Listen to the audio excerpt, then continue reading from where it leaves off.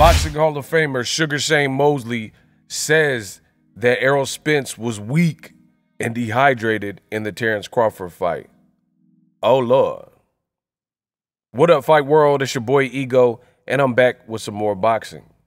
Now, some people may not like this, and that's just my bag. Now, KO Artist Sports has an interview with Sugar Shane Mosley.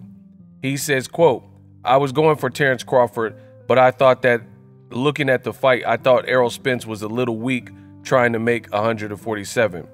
I know what it feels like to do that, and in order to fight somebody like Crawford, you just have to be at 100%. With Errol Spence, I seen the way he looked when he was hitting the mitts right before. I was like, okay, he's a little stiff. There is something going on, and it has to be the weight. He was a little stiff. Crawford had more rhythm. I said Crawford is going to get him, so I don't know. We got to see when they get close."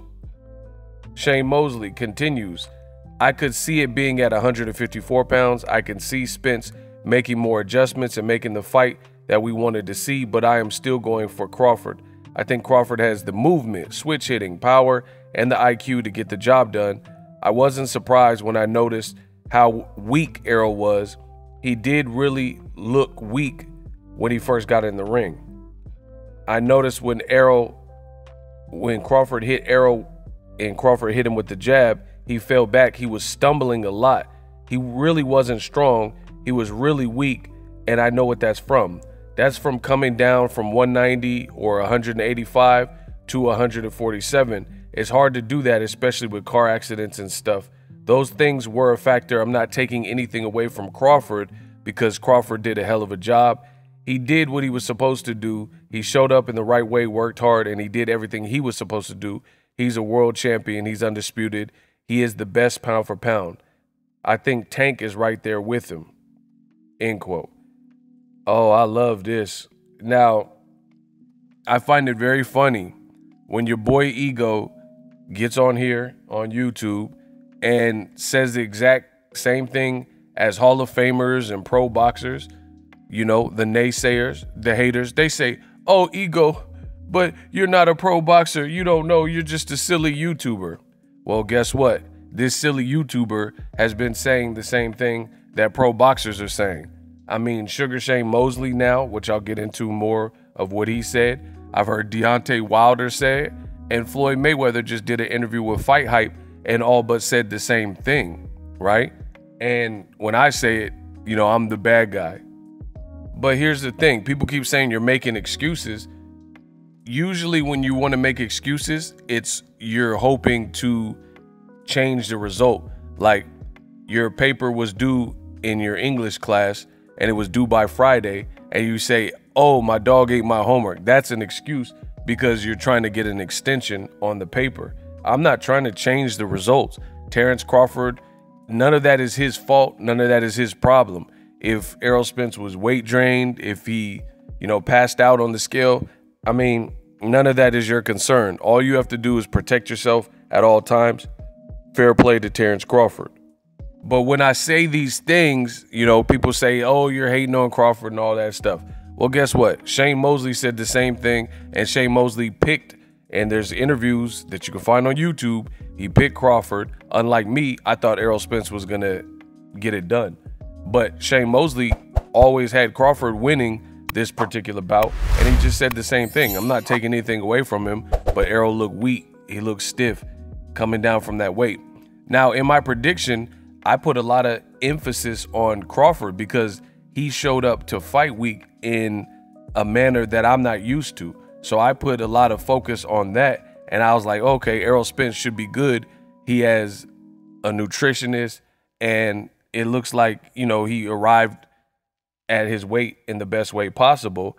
But seeing how it all played out, I was grossly wrong because we got a version of Errol Spence that, in my opinion, wouldn't have beaten some of the guys that he's already beaten, let alone a guy like Crawford, who is a top talent and #1 pound for pound, right? It would be a tall ask to defeat a Crawford, let alone, guys like Danny Garcia, Ugas, in the condition that it looked like he showed up. So that part was wrong. I did put a lot of pressure or persistence on the weight, But to me, it was more of Crawford. But I think Crawford was able to do that because he's the guy that, like, in hindsight, obviously, Crawford is the guy from the lighter divisions. So even though he bulked up and it looks like he stretched himself in camp and he looked more like gaunt and emaciated, I guess it just looks shockingly different than what I'm used to for a Crawford fight. But whatever he did in that 24 hours, his body was able to recover as the older fighter, and being the naturally smaller fighter, he was able to replenish and still feel good and still feel healthy and perform.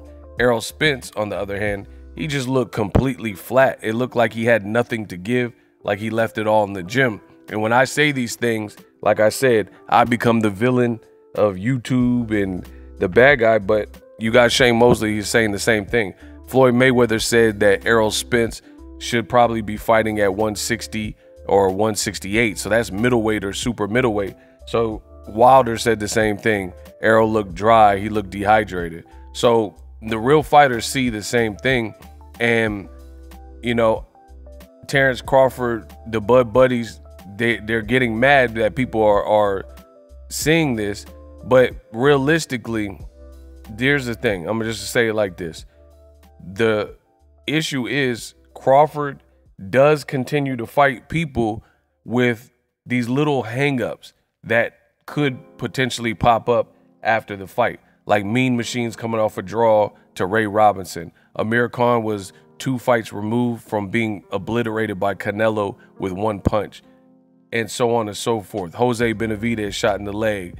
Jeff Horn, he really shouldn't have been a champion and should have lost to Pacquiao. And then same thing with Errol Spence. Errol Spence, we've never seen anyone make him look like that, but he also fought who people thought was his equal and his contemporary, and he did it kind of foolishly if you think about it, being that it was off a 14, 15-month layoff. But again, these particular things, they're not Crawford's issue at all. It's not Crawford's job to play it in your favor or do this and that. Errol Spence signed up. He made no excuses after, and I think it was just a miscalculation. But I'm not going to change what I see to appease people. I've given credit to Crawford. I've put him at the #1 spot. But even the damnedest Crawford fan has to admit that most people didn't see the fight that we all thought was 50-50 playing out exactly like that. Even if Crawford wins, even if Errol Spence had a losing effort, it looked like a completely different fighter. And the truthful Crawford fans I've seen admit that. There's only a few who are like, no, you're making excuses, and they ain't trying to hear it, but it is what it is. You guys can say whatever. Crawford has been well received and ranked from the performance, and he moves on. We'll see what happens with Errol Spence, but the legends of boxing, the Floyd Mayweathers and Shane Mosley and Deontay the Bronze Bomber Wilder, they keep telling you the same thing that I'm telling you. It looked like he was spent and gave it all in the gym. And this is not, like I said, it's not an excuse. It's literally a simple observation. It doesn't change that Crawford is a 2X champion. It doesn't remove his performance. Again, he did what he was supposed to do. But it's completely disingenuous if you want to watch that fight and pretend like that's the Errol Spence that we've seen in all these other various fights. Like, it looked like, for example, it looked like he had no power. Like, stylistically, okay, Crawford's faster. Crawford's a great counter puncher. I get it. But that doesn't change a man's power. You know what I mean? Like, if Ruslan Provodnikov is being outboxed by a more clever boxer like Tim Bradley, it doesn't change the fact that he has pure power, right? It just, you know, it was a bad night in the office for Errol Spence. He really couldn't get off the ground and get nothing going. Again, it's not Crawford's problem, but I want to make a follow-up video because you're hearing more and more people speak out on what they believe to be the case, like Shane Mosley. And he's basically saying he was weight drained and exhausted. And for me, I put a lot of energy on Crawford, but it looks like I should have been worried about Errol Spence because and I literally said this, I was like, oh, he was the guy that came from 190 in past fights and stuff like that. And Errol's been able to get away with it, but it finally looks like it caught up with him. That's my honest opinion. It looks like it caught up with him. Like, you know, it's like a juvenile that keeps doing crimes, little crimes. But since they're under the age of 18, they're not being tried as an adult. But if that same juvenile commits such a heinous crime at age 17, they might still try you as an adult, because now you've graduated from petty theft and grand larceny to you pulled the trigger and murdered somebody. They don't care that you under 18. We're trying you as an adult. So I use this analogy to kind of show how some people can get away with things for as long as they can get away with them. But then in one moment, if you get too comfortable there and try to do some of the things that you were getting away with, and if you abuse that kind of privilege, then that's when it can come back to bite you. Errol Spence has complained about, oh, I need to move up. I should move up and wait. I need to move up and wait, et cetera, et cetera. But at the end of the day, he kept trying to make it and kept pushing it and kept pushing it, even though his body and his mind and maybe people on his team were probably telling him, yo, you should probably consider moving up. But he kept doing it. And then it just so happens you fought who people think is the best name you've ever fought. And then you tried to press your luck thinking you can put it all together and get it done. And Errol Spence really put himself against the 8-ball and behind the 8-ball by fighting someone as talented as Crawford and then being on a 14-month layoff, conceding the coin toss, having these weight issues and still doing the fight not at a catch weight. You know, he was just too agreeable. That's what it looks like. And that's the point of this video. It's not taking any credit away from Terrence Crawford. Again, he showed up and showed out. He's the man. He's getting ranked for it. But it's a cautionary tale that boxers, they need to do. Same thing happened with Teofimo, if we think about it. Teofimo Lopez said that it was hard to make 135, and it looked hard because Teofimo, I've seen some recent videos of him now that he's at 140, and he looked pretty big. He looked pretty huge, right? So you keep stretching it and stretching it and stretching it, and then he stayed up at 135 too long and did a title defense after being unified by beating Lomachenko, and he kind of pressed his luck because he ends up getting dropped and embarrassed and losing to George Kambosos. And from the looks of it, how Kambosos looked in the 2 Devin Haney fights and then his more recent fight with Maxie Hughes, it looks like there might have been some weight troubles and things like that, because Kambosos, he has a certified win over Teofimo Lopez, but it was almost like a flash in the pan type of win, because ever since that, all 3 of his performances after the Teofimo have not matched the intensity and the level that he showed when he fought Teofimo Lopez. So same thing with Errol Spence Jr. You can't fight, you know, a determined man on a given night and you're giving yourself additional disadvantages. And again, you got to blame Errol Spence for that. Errol Spence could have fought Keith Thurman as a tune-up, and Keith Thurman for sure would have fought him in Texas. For sure would have fought him at 150-something pounds, and he would have gave himself a break and then probably felt himself, you know, especially if he got the victory over Thurman and felt the weight, having to cut less weight. And then, you know, he would have to just deal with the fact that Crawford fight would be at 154 and it wouldn't be for all the belts, but it would still be a great fight. And that's the thing. I mean, you can't really worry about it. Like Mayweather and Pacquiao. I might want to sub to my promoter. Do you think either one of them, when they cleared over 100 mil and did all these numbers, they don't care about the fight lasted 5 or 6 years and stuff? They gave us the fight when they gave us the fight, and then they move forward. So fighters got to think about their career and what it means to them, and, you know, just go forth and move smart in terms of that. If you can't make the weight, like I said, it's a cautionary tale. Shane Mosley saying, I've been there before. And I can imagine as Shane got older and he's trying to make certain weights, it becomes harder and harder. And that's the thing.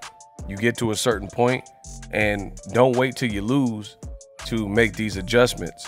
just like the boxers adjust on the fly in the fight, you got to still make those adjustments with your team. Like your team, you might have somebody who's like dead weight, some dead weight type of person who's lingering on your team that you've known for a while. You might have to cut them loose to grow, right? You might have to move up in weight. You might have to, you know, get some distractions out your life. You might have to take your training camp outside of your city and train somewhere else where people can't reach you.